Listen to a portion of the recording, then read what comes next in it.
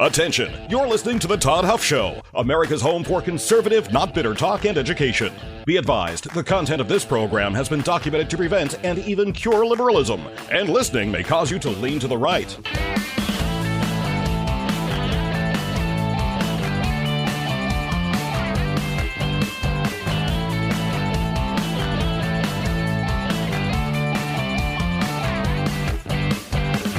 And now, coming to you from the Full Suite Wealth Studios, here's your conservative but not bitter host, Todd Huff.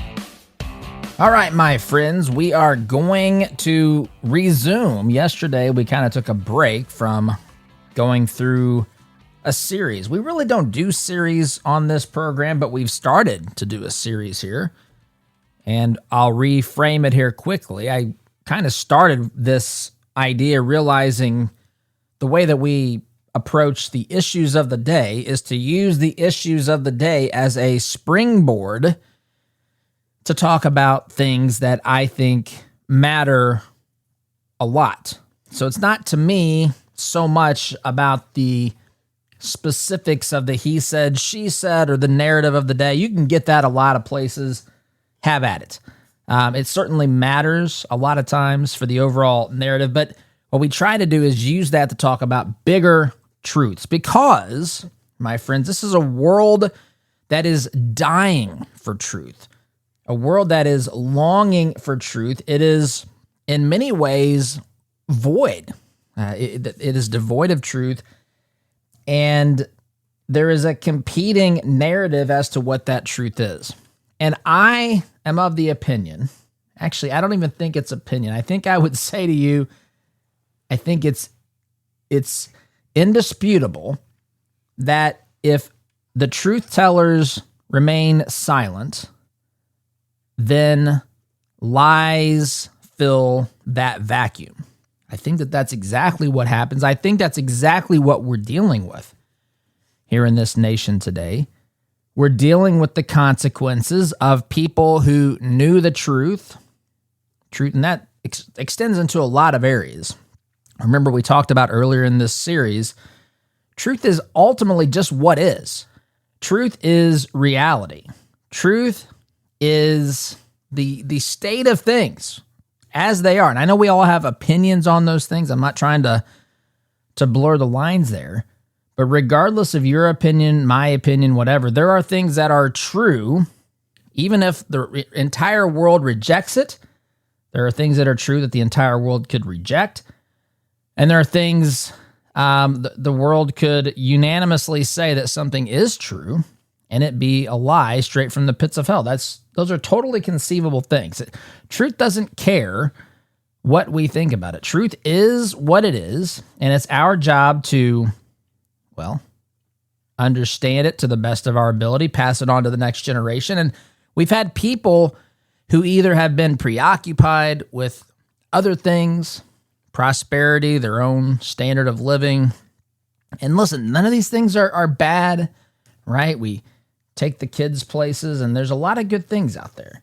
A lot of good things vying for our time. But I would add to the list of things that we had better tend to, I would add to that list ensuring that we have a nation that hears and receives truth. And that's ultimately what we do on this program every day.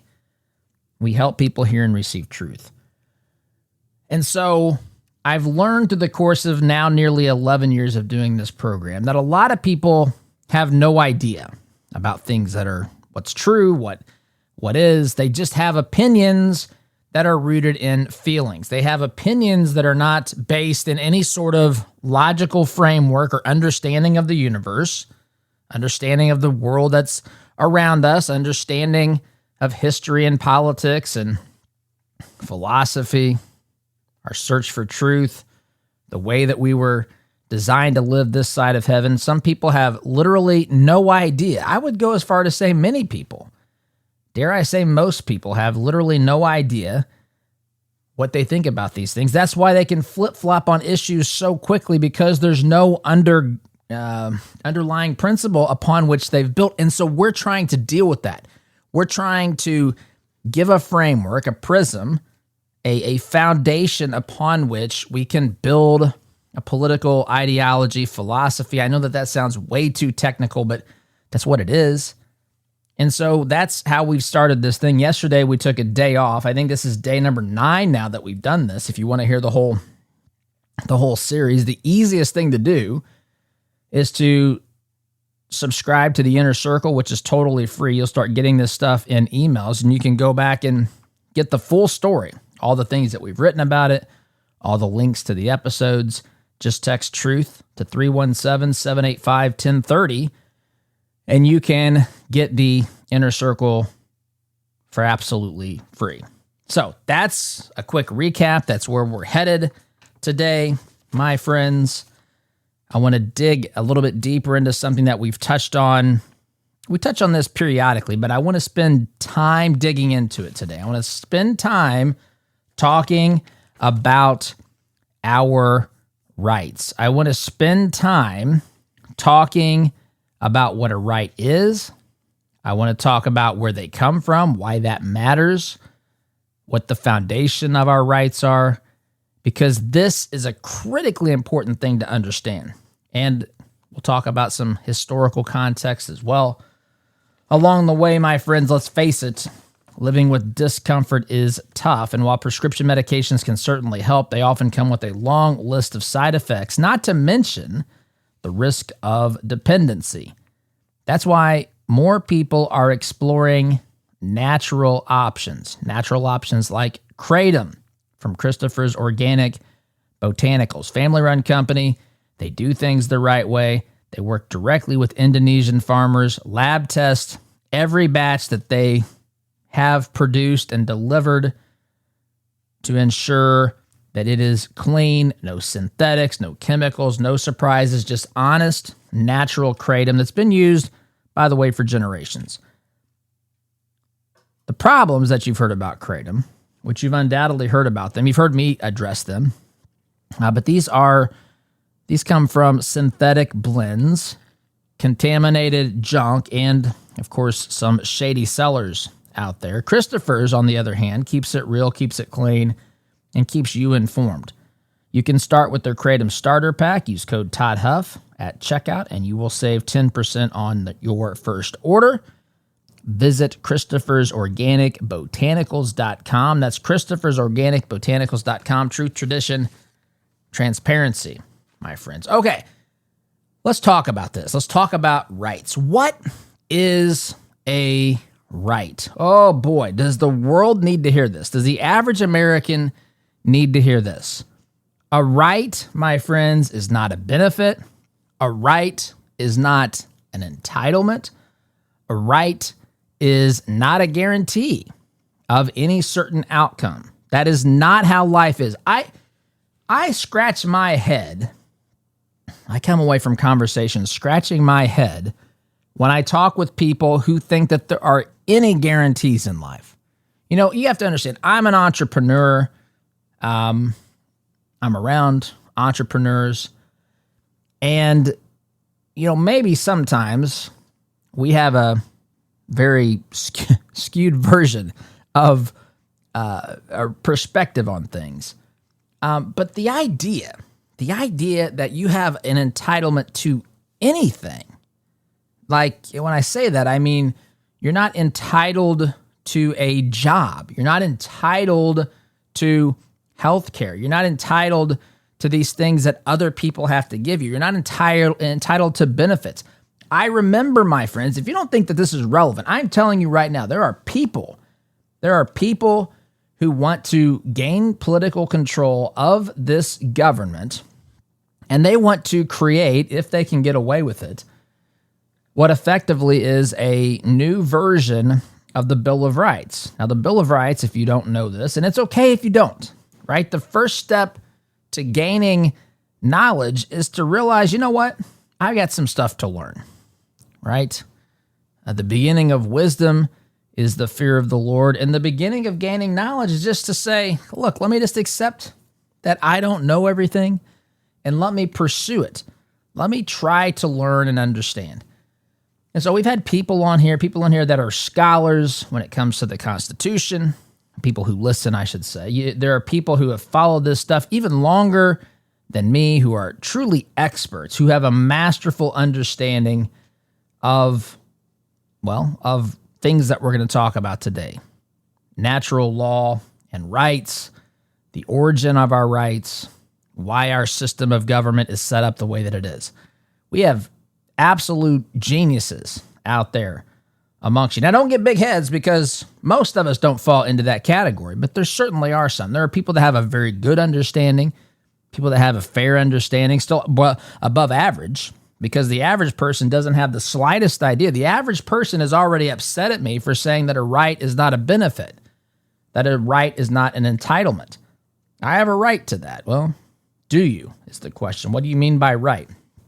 And so, but there's people who don't know.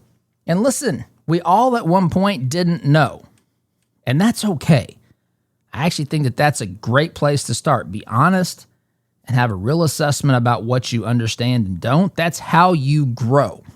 So the Bill of Rights, when the founders created the Constitution, right, the rules of the way that our government was going to function, they came up with the separation of powers, the legislative branch, the judiciary, the executive branch. They delegated powers to each of those branches. They gave oversight, checks and balances, so that one branch or one individual would not become too powerful within our system. They understood human nature. We talked about that a couple of episodes ago here in this series. And they said, along with the framework of the government, right? The Constitution, to be properly understood, is a list, basically, at the risk of oversimplifying these things, the Constitution is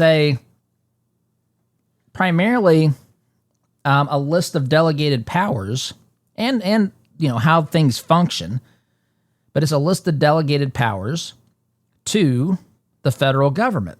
And who delegated those powers? The people.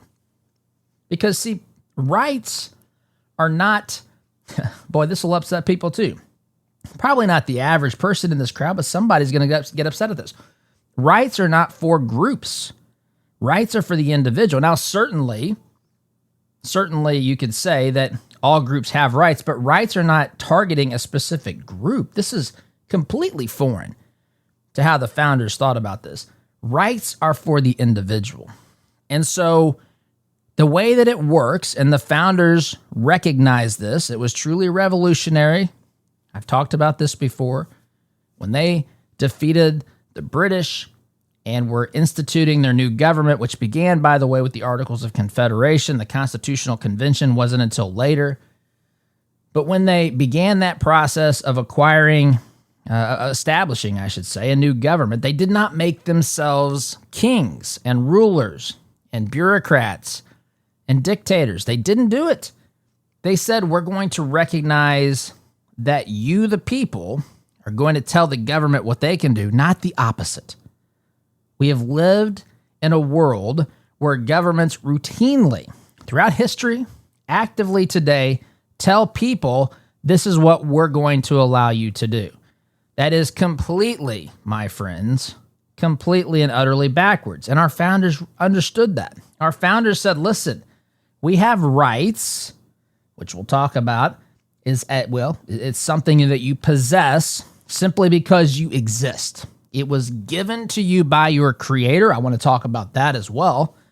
This is a concept that many on the left kick and scream about today. In fact, it is going to be in the metaphorical crosshairs of where the radical left takes the Democrat Party. They've already taken it there, but they're going to take it there and fight this and say that the concepts of rights coming from God is a violation of the separation of church and state. It's an establishment of religion because it is predicated on the existence of a creator. They're going to say there's no such thing. Why are you forcing us, to accept your religion and so forth?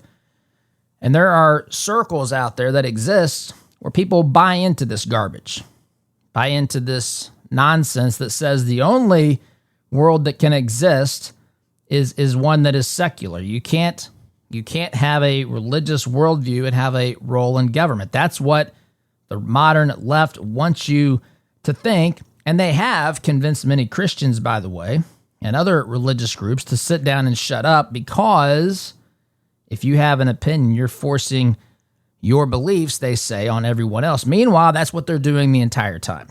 Meanwhile, they are figuring out ways to silence you as a Christian in particular, as a religious person in general. They're finding ways to silence you in the public square and then saying everything must be secular. But wait a minute, our founders recognized that our rights come from God. Don't believe me? Crack open the Declaration of Independence. I can hear it now, but Todd, the Constitution does not mention the word God. I'll grant you that. The Declaration does. The Declaration does 4 times, my friends. In fact, one of those times is when it's referring to the source of our rights being our Creator.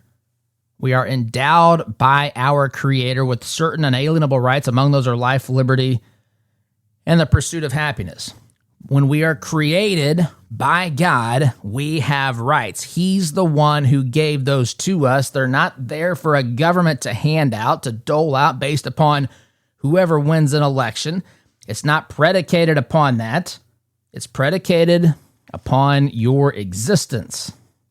You were created in the image of an almighty and absolutely powerful and perfectly good Creator.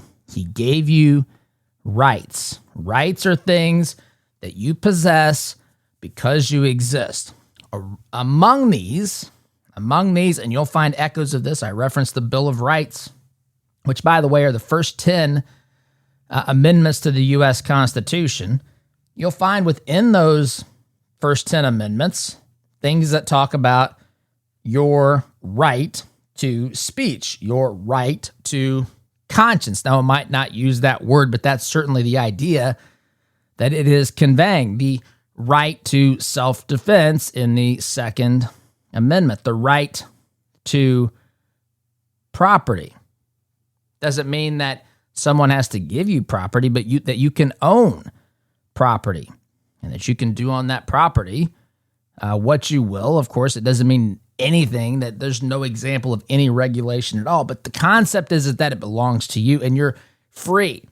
You are free to live your life within certain general rules of a government, but that your rights are paramount.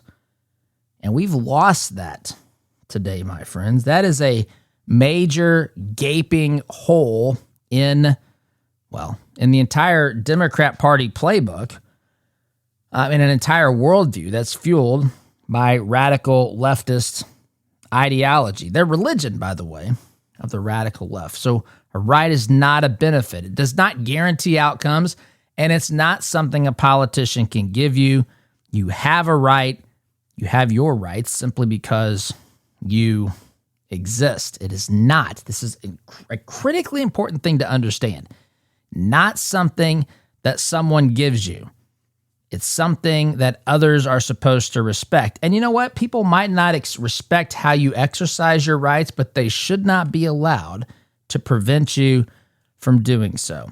This, in and of itself, in a nutshell, is one of the most critical reasons for the existence of government, is to protect the rights of its citizens, to protect them physically from enemies and war and that sort of thing, and to create a society. We went through this recently, but to create a society, in this series we went through this, create a society that allows for these things to flourish, allows for these for freedom to be a real legitimate thing in your society. It's not something someone gives you.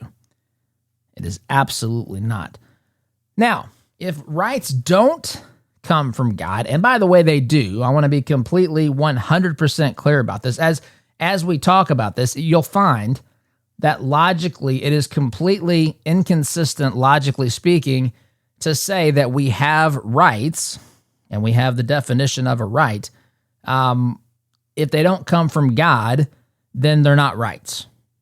Hear me say that. If they don't come from God, they're not rights, because they would have to come from other people. And if they come from other people, then we've got a problem.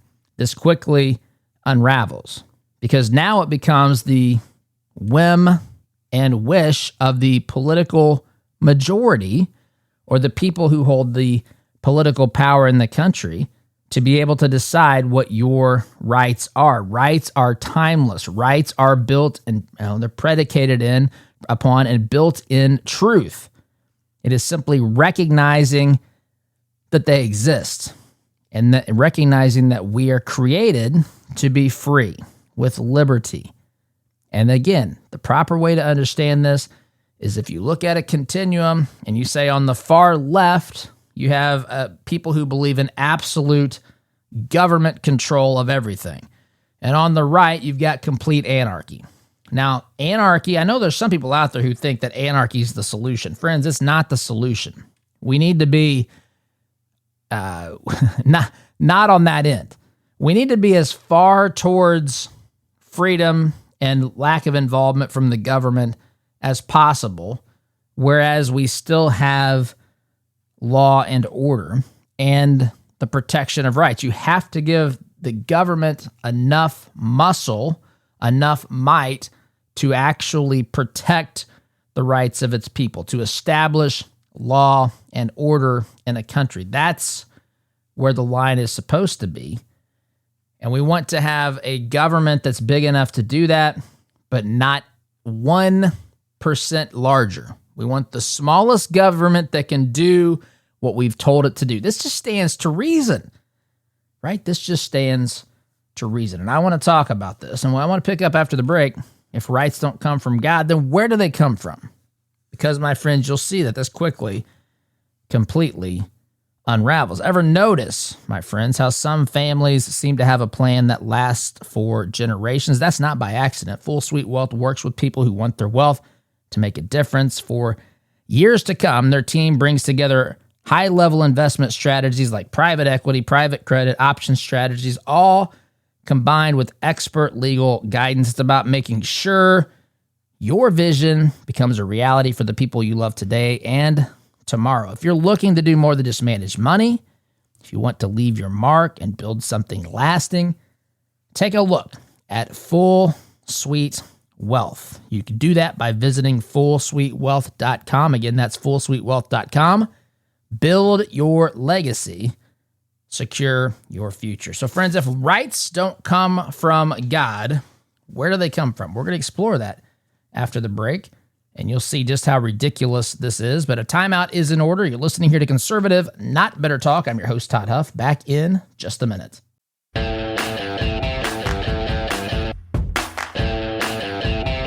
Welcome back, my friends. We're going to talk about if rights don't come from God, as the left insists that they don't. They don't come from God because, after all, the left tells you that there is no God. So, of course, this concept is absolute ridiculousness if you listen to them and their completely absurd and morally bankrupt version of reality. They wouldn't know reality if it punched them squarely in the nose. But anyway, that's what we're going to talk about. But friends, let me ask you something before we do that. Would you rather take 2 soft gels a day or spend hours in a doctor's office talking about your cholesterol? I know what I would choose, and that's why I take Solti. Solti is an all-natural, clinically proven dietary supplement that lowers your cholesterol. No prescriptions, no doctor's visits. Friends, this isn't even a drug. It is just a supplement, and science has spoken. Science has spoken on this. And it has shown that it has lowered cholesterol for lots of folks. It may be able to do the same for you as well. Listen, I know I'm friends with my doctor, but I don't want to see him in that setting any more than I have to. All due respect to my friend, but this is a good place to start. Now, listen, if you're on medications, I'm not telling you not to take them or anything like that. I'm simply saying that Solti has great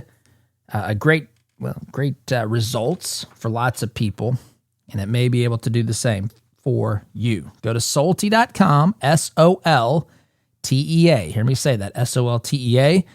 Solti.com. Promo code Todd is going to save you 50% if you place a 3-month, in order for a 3-month supply. It's not as much as you're expecting it to be, and it's half off, my friends. And you get free shipping to boot. Salty.com, promo code Todd, again, gets you 50% off your first 3-month supply. Salty.com, promo code Todd. The only thing you have to lose, my friends, are those high cholesterol points. All right, so if rights don't come from God, where do they come from? See, friends, rights are something that philosophically exists that says, listen, it doesn't matter what the politicians say. It doesn't matter what they do. It doesn't matter what the votes they have. You have these rights no matter what everybody else says. You have the right to free speech, even if the majority gets together and says, Todd can't talk about politics anymore. Because for starters, I can still talk. What are they going to do about it? I mean, that sounds like an invitation for them to show us, the folks that love big government, because they will try to shut you up. They try to take away your microphone. They try to take away your reach on social media, whatever, right? This is what they do. This is what totalitarians do. And why do they do it? Because they can't win. Friends, they can't win these battles over ideas because they are standing upon sinking sand. And instead of having to strengthen their own arguments, or better yet, since they can't strengthen their stupid arguments, since they can't do that, what they have to do, they have to abandon their values and beliefs. And this is not something that's easy for people to do. In fact, you're asking people in many cases to believe, if they're a radical leftist, the radical leftist worldview is antithetical to truth in the vast majority of ways. I might say always, but I'll give them a little sliver that says maybe there's something out there that they've stumbled into accidentally that they're right about. But these are people who have I'm telling you, these people have rejected truth for so long. And if I'm being candid, the reason that a lot of these folks on the radical left have abandoned, that have found themselves here, the reason they find themselves there is because they've abandoned the ultimate truth that there is a God. They so desire a universe without God that they are willing to abandon every single thing that is true that comes, all truth comes from God. But if it can be connected, if it can be, the dots can be connected, they don't want to believe it. They hate the concept. They hate the reality, the truth, that they are one day going to stand and have to give an account for the way they live this side of heaven. And friends, listen, the Bible says we've all sinned and fall short of the glory of God. We also find ourselves doing, as Paul says, the very thing that we say that we hate. There's a struggle, a battle within us that rages, candidly. Our sinful nature, and for those of us who know Christ, the nature that he's given us, it's at war internally, and we still make these choices. But those who have said, listen, I don't want to do things God's way, I reject that concept. This is, I'm telling you, for the majority, a big chunk of the radical left, this is what they believe. They are atheists. It's an atheistic worldview for the vast majority of them. And for those who say that they're believers and who hold on to some of these ideas, boy, I would need a lot of explaining as to how they can endorse some of these beliefs that you're coming from the radical left. But they don't like that. They don't like the concept of God. They don't like the idea of being accountable to God. And so they can't acknowledge that rights come from him because that just undermines their entire worldview and belief system. So what do? Well, they decide, my friends, to come up with an elaborate ideology that tries to explain things away in ways that makes absolutely no sense to people who are free thinkers, who are logical, who try to make sense of things and piece it together. And one of those things, that they're trying to get rid of immediately is this concept that rights don't come from God. But if they don't come from God, who do they come from?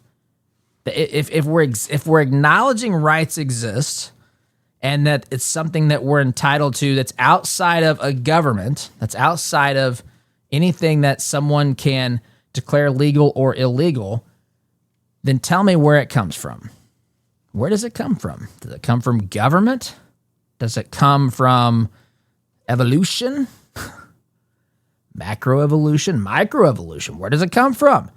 Does it come from nature? Does it come from Mother Earth? Where does it come from, my friends? Does it come from the courts? Does it come from a majority vote? If it came from those things, by the way, that could change at any moment, why would the founders write them down and say that these are unalienable rights? If they can be changed, then certainly they could be alienable rights, right? They're not a permanent fixture, so why even take the time to write it down? Words mean something. If you write down a word, I love talking with the left about these things. Well, Todd, the Constitution, probably the Declaration too, the Bill of Rights, these are living, breathing documents, really. I've seen, my friends, the Constitution of the United States, the Declaration, they're in these cases that I'm pretty sure are airtight. They're not breathing. If they were looking for oxygen, they would be dead by now. These things aren't living and breathing. Words mean things, and when someone uses a word, they're trying to communicate an idea. This is something that's lost on the radical left because they don't want to accept truth. They want to fill it with a lie. The consequences of where this goes, if you simply accept one step on this logical journey, takes them away from where they really want to be, my friends. So where does it come from if it doesn't come from God? If it doesn't come from God, then it is subject to change. God doesn't change. That's something we know about God in the scriptures. God doesn't change. He's the same yesterday, today, and tomorrow. In fact, when God revealed himself to Moses, he says his name is I am the great I am, Yahweh. I am who I am. Tell the people, Moses, when I send you to free the people from slavery in Egypt, tell them I am sent you. I am. He's in a constant state of being. He's perfect. If he changes, if you're perfect, my friends, and then you change something, you have to, by definition, change into a situation where you've moved away from perfection. He's hit the balance perfectly in every conceivable way. If he makes a move, if he changes his character at all, then he becomes a step away. That step he takes, the step that's the change, is that big of a step from perfection. God doesn't change. He's the source. He is the ultimate source of these things. Tell me where else it can be. I welcome you. That's what we got this number. Text me. Let me know. 317-785-1030. I challenge you. You got all the answers? You're one of these leftists out there? Tell me, my friends. Tell me where these rights come from. Rights would require a foundation. It's absolutely necessary. If it's not God, then what is it? And if it's not God, why does it matter? Isn't it just opinion at that point, my friends? Got to take a time out. You're listening here to Conservative, Not Bitter Talk. Back in just a minute.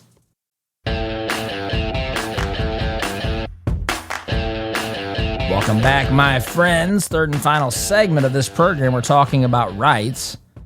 Government gives rights, then government can take them away. If courts give rights, courts can take them away. If a majority vote determines your rights, a majority vote can take them away. Please tell me where rights come from if they don't come from God. If they don't come from God, my friends, this idea of a right as an unchangeable thing that is somehow subject to the whims of some group, government, majority vote, whatever, it just doesn't add up, my friends. But that's, of course, what the left doesn't want to talk about. So I got some more things to say about this, as you might imagine.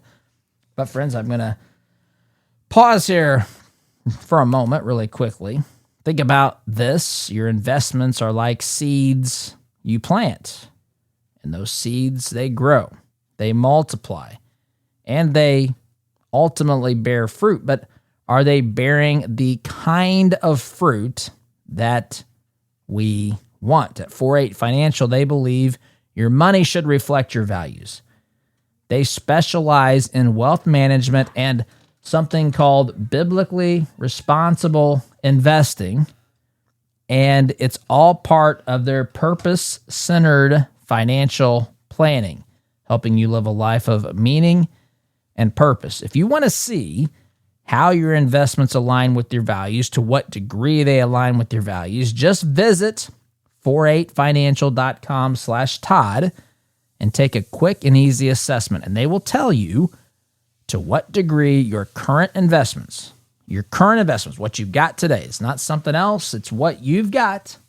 You can see to what degree they line up, your investments line up with your values. 48financial.com/Todd. 48 Financial, they're here to worry about your money, my friend, so you don't have to. All right, so we've already established, and again, if you think you've got another answer for me, text it to me. And by the way, if you text, it's probably good to get all of the background information and all the things that we write, even things we don't get to here on the program that end up in the Inner Circle newsletter. Just text truth to 317-785-1030, or you can text your opinions and tell me why I'm wrong at that number as well. But as we've talked about in this series, truth exists. And, if it doesn't exist, I always love this, by the way. If somebody says truth doesn't exist, I love this. It's so much fun if this is ever said to you. There's no such thing as truth, right? I just simply ask, is that the truth? Is it true that there's no such thing as truth? You see, it's unavoidable. And we know it. That's the thing. We know it. It's just that we are so rebellious and we are so in love with, dare I say, our sin and a way of living that doesn't require submitting to God. Some people, to some degree, we're all in that boat, but some people are permanent enemies where they've simply rejected any notion of being reconciled to their Creator, and they're digging in. They're going to have that, they're going to, let it all rest. So just basically risk it all on their belief system. But truth exists, as we've established. It's unavoidable. Human beings have inherent value. We talked about that. That's because we're made in the image of a God who has infinite value and worth. And that value has to come from somewhere. The value that we have, we're not timeless. We're not eternal. We are created. We had a start date. We have value. How do we have this value? Where did it come from? It came from our Creator. The same Creator, by the way, who gave us our rights. And if rights are real, and they are, they certainly are. You all know this. We all know this deep in our soul. We all know that rights are real, and that if they are real, and they are, they must come from something higher than government. That's the only logical explanation.